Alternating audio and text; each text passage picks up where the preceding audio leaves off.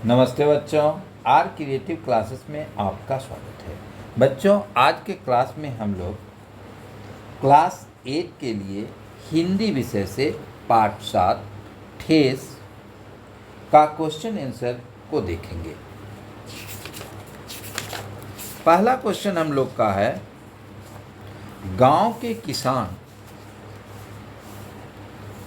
सिरचन को क्या समझते थे? गांव के किसान सिरचन को क्या समझते थे? इसका आंसर होगा बच्चों, गांव के किसान सिरचन को कामचोर, बेकार का आदमी, धीरे धीरे काम करने वाला, नाप तौल कर काम करने वाला, मुफ्त में मजदूरी पाने वाला समझते थे। दूसरा क्वेश्चन है, इस कहानी में आए हुए विभिन्न पात्रों का नाम लिखिए। इस कहानी के नायक सिरचन के साथ साथ रेणु जी की माँ, चाची, मंझली चाची, मानू दीदी इत्यादि पात्र हैं। तीसरा क्वेश्चन है, सिरचन को पान का बीड़ा किसने दिया था? तो सिरचन को पान का बीड़ा मानू दीदी ने दिया था। अगला क्वेश्चन है, आपके विचार से सिरचन का महत्व कम क्यों हो गया? यानी कि सिरचन का महत्व धीरे धीरे कमते गया, इसका क्या कारण था, ये लिखना है। तो इसका उत्तर होगा, सिरचन धीरे धीरे काफ़ी कामचोर हो गया। वह काम पर कम ध्यान देने लगा था, कहीं भी समय पर काम करने नहीं जाता था। लोग उसे बेकार ही नहीं बेगार समझते थे। थोड़ी थोड़ी बातों में वह गुस्सा हो जाता था, इसलिए सिरचन का महत्व कम हो गया था। अब अगला क्वेश्चन है, सिरचन चीक और शीतल पाटी स्टेशन पर ले जाकर मानू को देता है, इससे उसकी किस विशेषता का पता चलता है? तो सिरचन चीक और शीतल पाटी स्टेशन पर ले जाकर मानू को देता है, इससे उसके संवेदनशीलता, स्वाभिमान एवं आत्मीय गुण का पता चलता है। वह दिल से बहुत ही अच्छा व्यक्ति था। उनके अंदर प्रेम, दूसरों के प्रति सहानुभूति एवं सम्मान का भाव कूट कूट कर भरा था। अब अगला क्वेश्चन है, निम्नलिखित गद्यांशों को कहानी के अनुसार क्रमबद्ध कीजिए। इसको देखते हैं।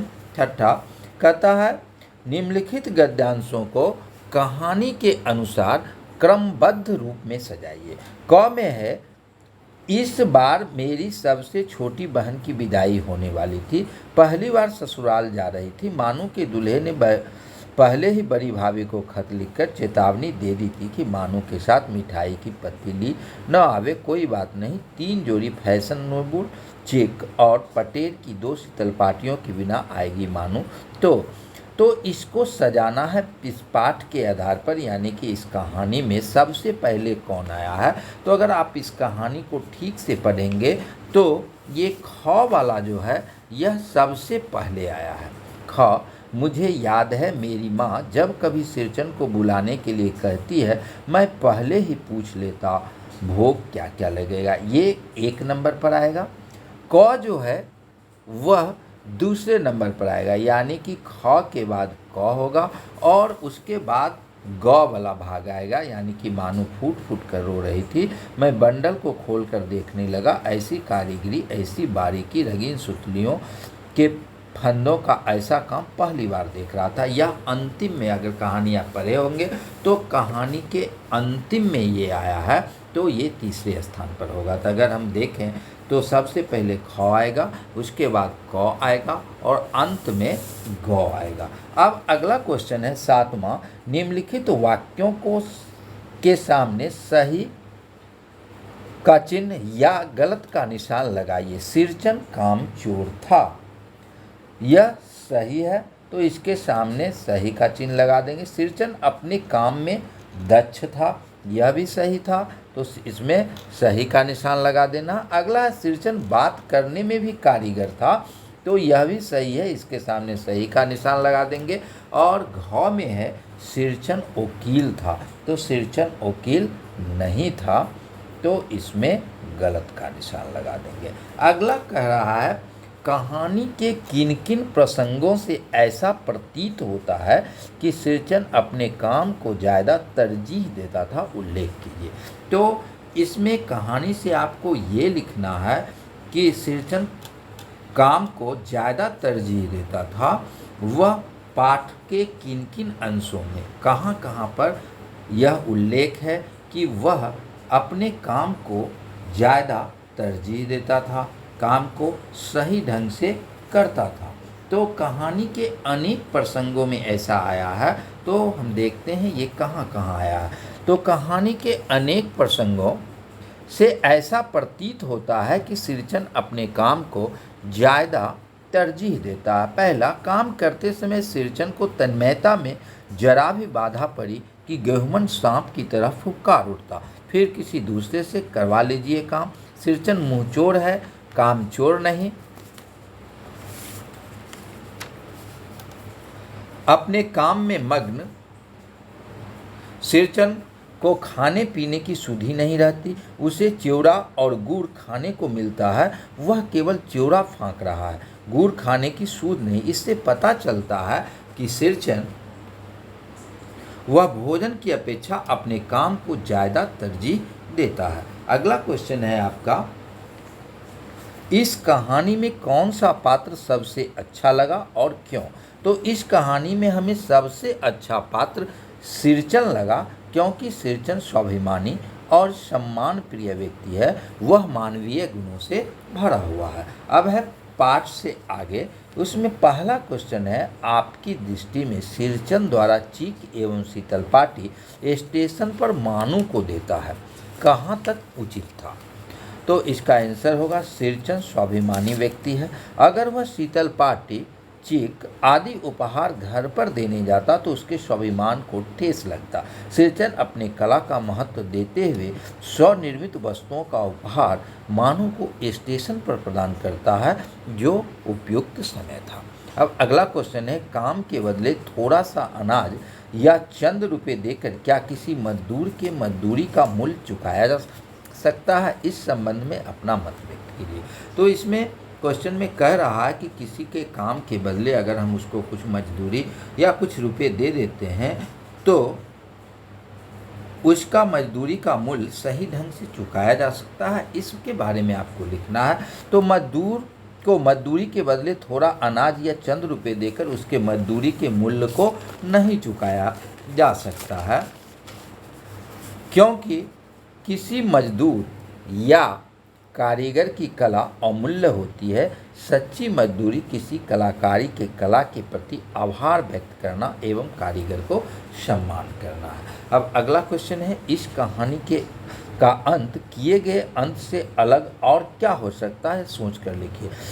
इस प्रश्न में आपको अपने से लिखना है कि जो कहानी का अंत दिखाया गया उससे अलग किस तरह से हो सकता है। तो यह इस क्वेश्चन का उत्तर सभी लोगों का अलग अलग हो सकता है। तो कहानी का अंत उस समय भी किया जा सकता था जहां सिरचन शपथ लेता है कि मैं पुनः यह काम नहीं करूंगा। अब इसमें व्याकरण आया है। व्याकरण में हमें मुहावरे के बारे में और लोकोक्ति के बारे में इसमें बताया गया। मुहावरा किसको कहेंगे? तो मुहावरा ऐसा वाक्यांश जो सामान्य अर्थ का बोध न कराकर किसी विलक्षण अर्थ का बोध कराए, मुहावरा कहलाता है। मुहावरा ऐसा वाक्यांश होता है जो समान अर्थ न देकर किसी विलक्षण अर्थ को बतलाता है, मुहावरा कहलाता है। मुहावरे के प्रयोग से भाषा में सरलता, सरसता, चमत्कार और प्रवाह उत्पन्न होते हैं। जैसे आँख का तारा। आँख का तारा कहने से इसका अर्थ होता है बहुत प्यारा, यानी कि यह एक विशेष अर्थ को बतलाता है।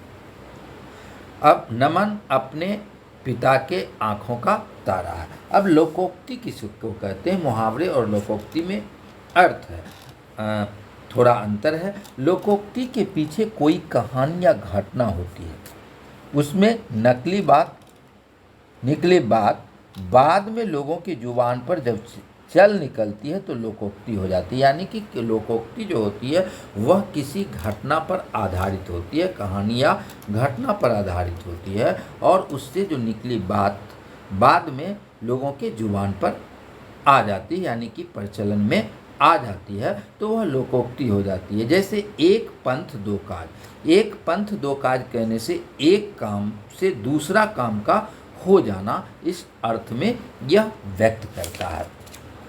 अब हम लोग देखते हैं इस पाठ में कुछ मुहावरे दिए गए हैं और उस मुहावरे का अर्थ लिखना, जैसे कान देना, दम मारना, मुंह में लगाम न होना और सिर चढ़ाना। इसमें कहता है इन मुहावरों को वाक्यों में प्रयोग करते हुए अर्थ स्पष्ट कीजिए।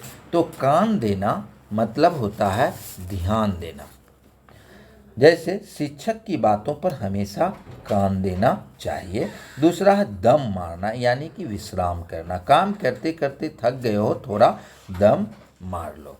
अगला है मुंह में लगाम न होना, यानी कि बिना सोचे समझे बोलना, अपने मुंह पर लगाम लगाया करो। और अगला है सिर चढ़ाना, यानी कि किसी को अति महत्व देना, बच्चों को अत्यधिक सिर चढ़ाना अच्छी बात नहीं है। तो ये इस पाठ का प्रश्न उत्तर था। अगले दिन हम लोग पाठ 8 बच्चे की दुआ का सर्वप्रथम अर्थ स्पष्ट करेंगे। उसके बाद इस पाठ के अंत में जो प्रश्न उत्तर आए हैं उसको हम लोग हल करेंगे। धन्यवाद।